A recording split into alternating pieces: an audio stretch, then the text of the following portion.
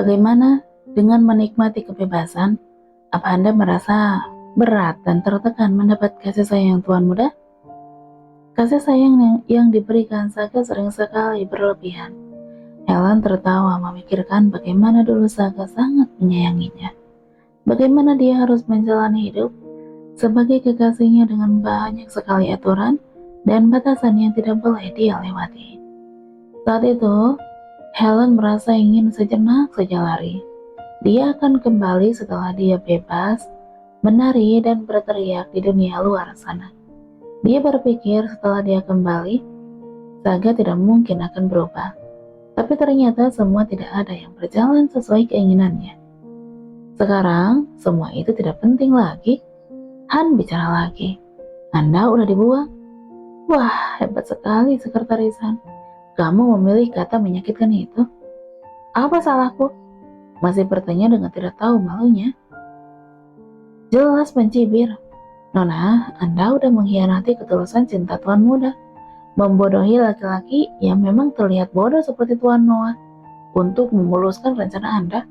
Dan yang terakhir, berusaha menggoyahkan hati polos Nona Dania. Itulah kesalahan terbesar Anda. Helen menunduk semakin dalam. Dia ingin berteriak karena kesal dan marah, namun kata-kata itu seperti benar-benar menamparnya.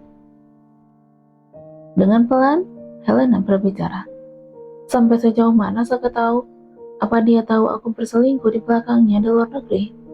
Menatap Han sebentar, lalu dia memalingkan wajah ke arah lain. Takut itu memasuki hatinya tanpa bisa dia cegah. Kalau Tuan muda tahu, apa Anda masih punya kesempatan berlutut kemarin? Suara Han mengiris keberanian Helen. Laki-laki di hadapannya itu benar-benar sangat menakutkan. Nona, ini peringatan terakhir dari saya. Menghilang sajalah, pergilah dari negara ini, dan jangan pernah kembali lagi kalau Anda tetap mau hidup dengan nyaman. Aku mulai bosan berlama-lama berurusan denganmu. Han mengeluarkan selembar cek. Anggaplah ini sebagai kebaikan terakhir Tuan muda.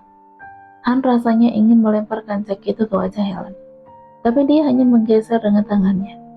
Helen melihat sekilas lalu dia tergelak. Tidak usah sok keren menolak Nona. Bukankah karena itu Anda mendekati Tuan muda? Apa dia berbeda denganku? Wanita kampungan itu? Tidak perlu ada yang ditutupi lagi. Helen meraih selembar cek itu, melipatnya dan memasukkannya ke dalam tas.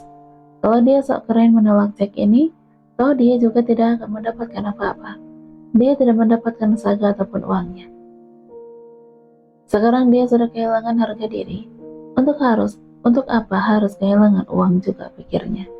Dengan tidak tahu malu dia masih menunggu jawaban Han. Kalian tidak bisa membandingkan. Nona kami terlalu berharga untuk dibandingkan dengan Anda. Apa? Sudah gila ya dia? Helen mencengkeram meja marah. Bagaimana dia bisa dibandingkan dengan Dania? Dari semua level jelas dia ada di atasnya. Wajah, karir, jelas-jelas Dania ada di bawahnya. Memang apa yang dia punya? Ketulusan, perasaan tulusnya pada tuan muda. Jawaban Han terdengar sangat serius, membuat Helen merinding sekaligus tergelak. Apakah bilang? Selain kamu, tidak mungkin ada yang tulus kalau berhubungan dengan Saga. Mereka pasti punya maksud tersembunyi. Menyindir dirinya sendiri dan menganggap semua orang sama dengan dirinya ketika mendekati Saga. Itulah yang membedakan Anda dan anak kami. Han melihat jam di tangannya. Sudah cukup membuang waktu meladeni wanita ini, pikir Han. Sudah cukup saya bicara dengan Anda, Nona. Menghilanglah dengan tenang, seperti angin. Jangan pernah muncul di hadapan Tuan Saga ataupun Nona Dania lagi. Anda tahu kan, saya tahu semua. Seringai tipis, seperti biasanya muncul. Menjadi akhir penutup kalimat panjangnya. Aku benar-benar ingin melemparkan gelas ini ke wajahmu. Tunggu, satu pertanyaan lagi. Apa Saga benar-benar mencintai Dania? Menatap lurus sekretaris Han dengan keberanian yang tersisa. Pertanyaan ini sangat penting dan akan dipakainya sebagai landasan akan melakukan apa ke depannya nanti, perihal hidupnya. Karena Tuan muda sangat mencintai Nona Dania, Dan karena Nona Dania adalah wanita yang membuat tuan muda bahagia, saya akan melindungi nona muda kami dari apapun. Jadi berhati-hatilah nona. Sehelai rambut saja Anda menyentuh nona kami, saya akan benar-benar mematahkan jari-jari Anda. Helen mencengkeram tangannya. Bagaimana sekretaris Han bisa paham maksud dari pertanyaannya? Dia benar-benar merasa sakit hati dengan Dania dan ingin melihat sedikit aja gadis itu menderita. Tapi hanya mendengar ancaman barusan udah membuat semua pikirannya buyar. Semua rencananya udah gagal, bahkan sebelum dia memulai. Saya akan pergi, ini hadiah perpisahan untuk Anda. Simpanlah. Rahasia seharusnya tetap harus disembunyikan. Untuk apa?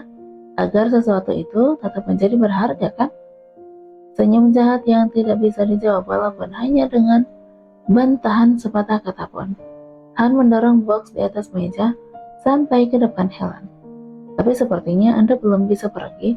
Masih ada seseorang yang sepertinya penasaran dan ingin tahu. Helen, psikologis ini, sebenarnya orang seperti apa? Iya kan, Tuan Noah? Helen langsung bangun dan memutar kepalanya. Dia melihat Noah duduk di kursi belakangnya dan pasti mendengar semuanya. Kau? Napasnya udah tersengal panik. Ini balasan karena Anda menyentuh Nona Dania kemarin. Bangun dari duduk. Sepertinya kau niat sekali ya, ingin menunjukkan kalau aku laki-laki bodoh. Noah juga bangun dari tempat duduknya, berjalan mendekat berdiri di hadapan Han. Saya tidak tahu Anda di sini, Tuan. Kalau tahu, saya pasti akan berhati-hati bicara. Kurang ajar. Jelas-jelas kau melihatnya tadi. Kau bahkan mulai melancarkan aksimu setelah aku datang, kan? Noah melihat Han meninggalkan mereka, pergi dengan kemenangan. Noah, Helen meraih tangan Noah. Wajahnya udah berubah mengiba. Namun entah kenapa, hati laki-laki itu seperti kebas. Dia tidak merasa kasihan sama sekali. Ketika seseorang merasa dicintai, dia akan jauh lebih bisa merasa positif dalam melakukan apapun. Walaupun sampai hari ini Dania belum sekalipun mendengar pengakuan Saga tentang perasaannya, namun karena dia merasa dicintai, dia udah merasa itu lebih dari cukup. Untuk saat ini, dia tidak akan serakah, menuntut apapun dari Saga. Seminggu hampir berlalu. Masa percobaan bisa dilewati Dania dengan sukses. Dalam kurun waktu itu tidak tahu apa yang membuatnya bisa sepatuh itu. Tapi dia benar-benar menuruti apa yang dikatakan Saga tanpa banyak bicara. Saking curiganya sampai Saga memeriksa makanan apa yang diberikan Pak Mun pada istrinya. Apa ada indikasi Pak Mun memberikan makanan penghilang kesadaran? Nihil. Makanan yang diberikan Pak Mun udah selesai. Standar ahli gizi yang bekerja pada keluarganya. Sepertinya gadis itu mulai menjalani perannya sebagai istri dengan baik. Karena kau sudah seperti ini, baiklah, hukumanmu selesai. Kamu bisa bebas keluar rumah lagi seperti biasa. Mereka tiduran di atas tempat tidur saling berpelukan. Setelah menyelesaikan dan menuntaskan gairah mereka masing-masing, dan dia menarik selimut sampai ke lehernya, karena udah tidak memakai apapun. Terima kasih sayang, memeluk Saga lagi erat. Akhirnya, aku bisa keluar lagi dari rumah. Aku kangen cilok di dekat ruko. Aku kangen Tika juga. Mengusap kepala Dania pelan. Terima kasih sayang. Jadi mulai besok aku udah bisa mulai bekerja lagi kan? Antusias memikirkan cilok dan semua rutinitas harian di ruko. Besok akhir pekan kan? Dar, cilokku, semangkuk cilok. Bersayap terbang tinggi ke angkasa membuat Dania menitikkan air mata dalam hatinya. Kenapa dia curang sekali membebaskan hukumanku di akhir pekan? Jelas-jelas akhir pekan aku harus bersamanya dimanapun dia berada, apalagi saat dia ada di rumah. Iya, aku akan di rumah dan tidak kemana-mana. Apa kamu ada acara sayang? Pergilah, tolonglah, ada acara penting. Aku tidak mau seharian bersamamu lagi. Ayo kita kencan. Kencan? Kaget. Kosakata yang sangat mahal harganya untuk seorang Dania.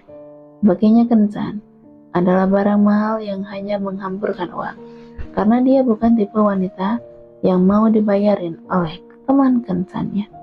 Jadi setiap pergi keluar kencan, mereka akan membayar masing-masing. Kenapa?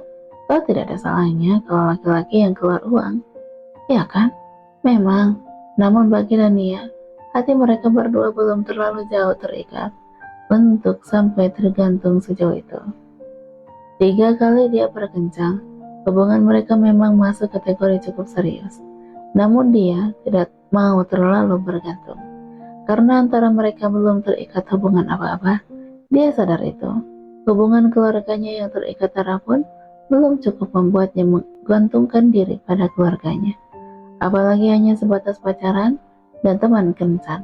Mereka hanyalah 2 orang asing yang berusaha mencari tahu satu sama lain untuk meningkatkan kehubungan yang lebih dekat lagi. Belum ada ikatan apapun yang terjalin. Apa dia mau kencan ala manusia normal atau ala presiden antar negro? Kenapa sayang? Kenapa tiba-tiba mengajakku kencan? Sebagai hadiah kepatuhanmu seminggu ini? Bergumam pelan di telinga Dania. Kamu tidak mau? Aku mau. Mulai waspada, kalau Saga mulai menggunakan kalimat tanya dalam kata-katanya, Dania terlihat berpikir secara serius tentang tema kencan yang pas untuk dirinya dan Saga besok. Mereka masih mengobrol lama, sampai akhirnya Dania terlelap dalam pelukan Saga. Laki-laki itu mencium kening istrinya, lalu ikut tenggelam dalam mimpi, sambil masih memeluk istrinya. Kencan ala rakyat biasa, dan ia menyebutnya ala rakyat jelata seperti dirinya. Bukan kencan ala yang mulia raja, yang semua harus serba privat dan sendirian. Kali ini kencan terbuka, dan ia ingin sekali memperkenalkan kehidupan masyarakat biasa pada Saga. Walaupun maksud terselubungnya ingin menjahili Saga Sarya. Apa? Memang ada rakyat biasa yang berkencan dengan penampilan seperti ini? Sayang, kamu udah salah kostum. Tidak ada laki-laki biasa yang berkencan dengan dandanan seperti ini. Dania melepaskan jas yang dipakai Saga, lalu menarik tangan Saga masuk kembali ke ruang ganti baju. Kenapa dia nggak punya baju santai sih? Dania membuka lemari memeriksa isinya satu persatu. Dia tidak menemukan apapun yang dia cari. Hei, kamu mau apa? Mulai protes ketika Dania membuka satu demi satu kancing kemeja yang dia pakai. Pakai yang ini aja. Dania mengeluarkan pakaian semi formal dari dalam lemari. Kemeja lengan pendek, tidak terlalu mencolok. Cih, dia memalingkan muka. Sebenarnya yang membuat Saga mencolok bukannya pakaiannya, tapi wajahnya. Dania bergumam sambil merapikan lengan baju Saga. Apa-apaan ini? Kenapa kamu menggulung lenganku lagi? Ini kan baju lengan pendek. Protesnya dengan selera norak Dania. Biar terlihat lebih santai sayang. Sudah, ayo keluar. Dania mendorong tubuh Saga dari ruangan ganti. Masih mendengarkan bicara dengan nada kesal. Tapi dia tidak membongkar lengan bajunya dan membiarkannya seperti itu. Di depan tangga dia menarik baju Dania sampai gadis itu berhenti kaget. Ambil topi sana. Memegang dagu Dania, memutarnya ke kanan dan ke kiri, mengamati secara serius. Buat apa? Menurut saja ketika wajahnya bergoyang ke kanan dan ke kiri. Buat menutupi wajahmu. Penampilanmu ini mencolok sekali, lihat wajahmu. Memegang dagu Dania lagi. Lihat rambutmu. Memegang rambut. Aku bisa gila karena emosi nanti kalau sampai ada yang melirikmu. Saga ingin berteriak begitu, tapi dia hanya menatap tajam saja. Memang kenapa dengan penampilanku? Aku kan udah memakai riasan senatural mungkin. Menyisir rambutku dengan rapi. Tutupi itu semua. Kamu mau menggoda siapa dengan penampilanmu itu? Apa? Jelas-jelas wajahmu itu yang terlalu mencolok untuk masuk kategori manusia biasa. Dan siapa yang akan tergoda dengan wajahku sampai begini? Ambil topi sana. Atau kita batalkan kencan? Lebih enak tidur seharian di kamar sambil memelukku. Ancaman mematikan. Iya, iya, aku ambil topi. Sebentar ya sayang, kamu tunggu di bawah ya. Dan ia berbalik ke kamar. Dia belum pernah menemukan topi atau sejenisnya ada dalam lemarinya, tapi sepertinya sekretarisan pasti ada menyimpannya di suatu tempat. Shal berbunga waktu itu ada di Shal berbunga waktu itu saja ada, pikir Dania, dan benar aja. Dia menemukan banyak sekali topi di lemari kaca bagian atas. Kenapa aku tidak pernah melihat ini ya? Ini tidak muncul baru aja karena aku mencari topi kan? Hah, memang ini dunia fantasi apa? Dan ia memilih dua topi dengan warna hitam. Kalau suaminya mau pakai juga, langsung keluar. Takut yang mulia mulai kesal karena disuruh menunggu. Dia hanya memegang topi itu di tangannya, tidak memakainya. Saat menyusuri tangga, dia mendengar suara sekretarisan sedang terlibat pembicaraan dengan Saga. Sepertinya mereka datang membicarakan tentang perusahaan. Dan ia mendekat langsung berdiri di samping Saga.